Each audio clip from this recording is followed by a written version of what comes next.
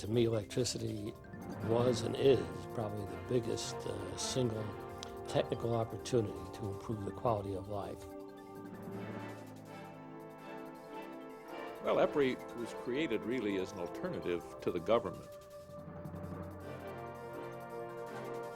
Knowledge always drives me to the question of how am I going to use it. My version of how EPRI got started was started with the New York blackout of '65. A couple of years later comes the Arab oil embargo.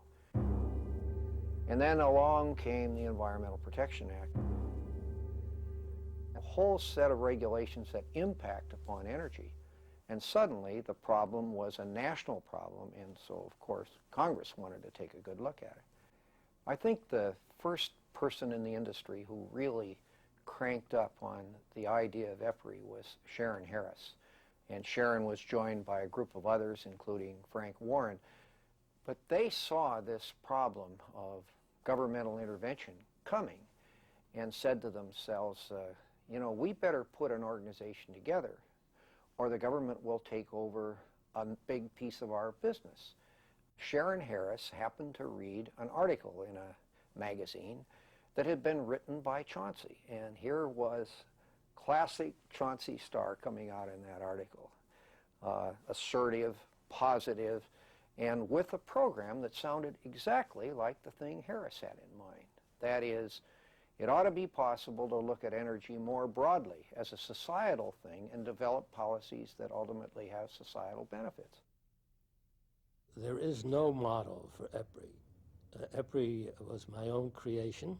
I knew what would work, what wouldn't work, and I had my own ideas of how an organization like this should function. And EPRI is still absolutely unique.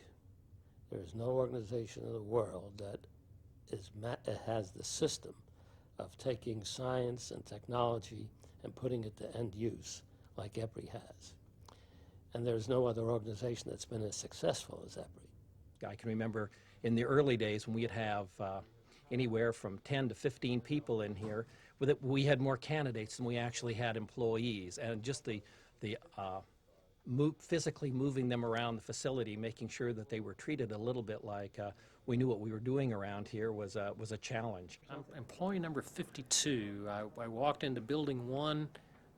There was a secretary who was down in the lobby, about 3 people in the executive suite, and the rest was a big bullpen. There wasn't anything there. Well, they said we were going to be around 150, 200 people, building 1 and take care of us for the rest of our lives. And we'd have a lot of research going out of there and just be real happy in this one building.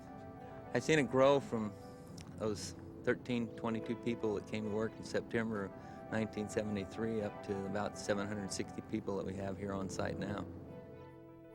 They did some bulldozing to start the buildings. The field mice in the area started scrambling around like crazy, finding places to go. And Bob Goldstein found them in his desk. So he set traps inside his desk. And one day we were sitting there all quiet, and all of a sudden, snap. And Bob came running out of the office saying, well, what am I going to do now? So Bob Black and I rescued him. And so the first 5 years was sort of getting EPRI's skeleton and muscle built up, getting the institution working, and beginning to fill the R&D pipeline. It was a period of demonstration of the science from the 1950s and 60s in the form of useful technology.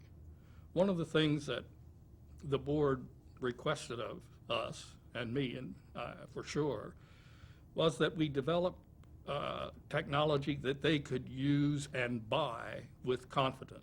And that's a requirement that is not placed on very many research and development and demonstration organizations, and is probably the key to EPRI's strength.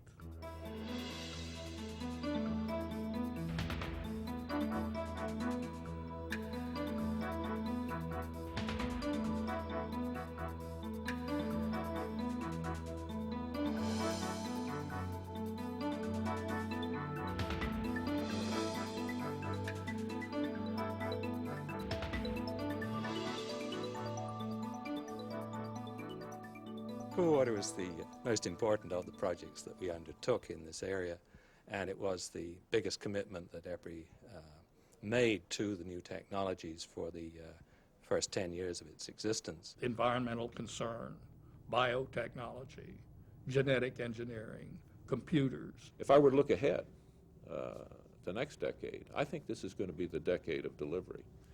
We as an organization, as I said, and as an industry, have focused primarily on generation in the past.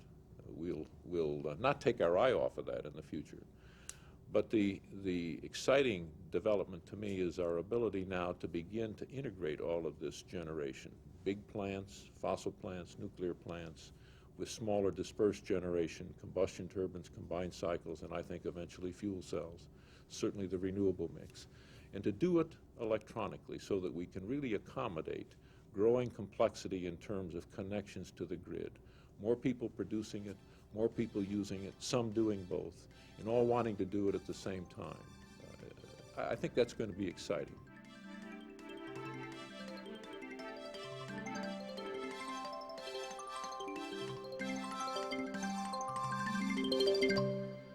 Vince Lombardi says something to the effect, go out and make something happen.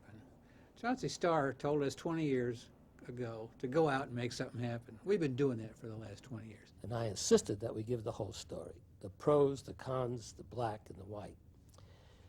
Very quickly, over a period of years, EPRI reports and EPRI results became, I'd say, technologically accepted in the whole community, the environmental community, the government community, and the scientific community, as being credible work that people could have confidence in. And that credibility, I think, has to be maintained.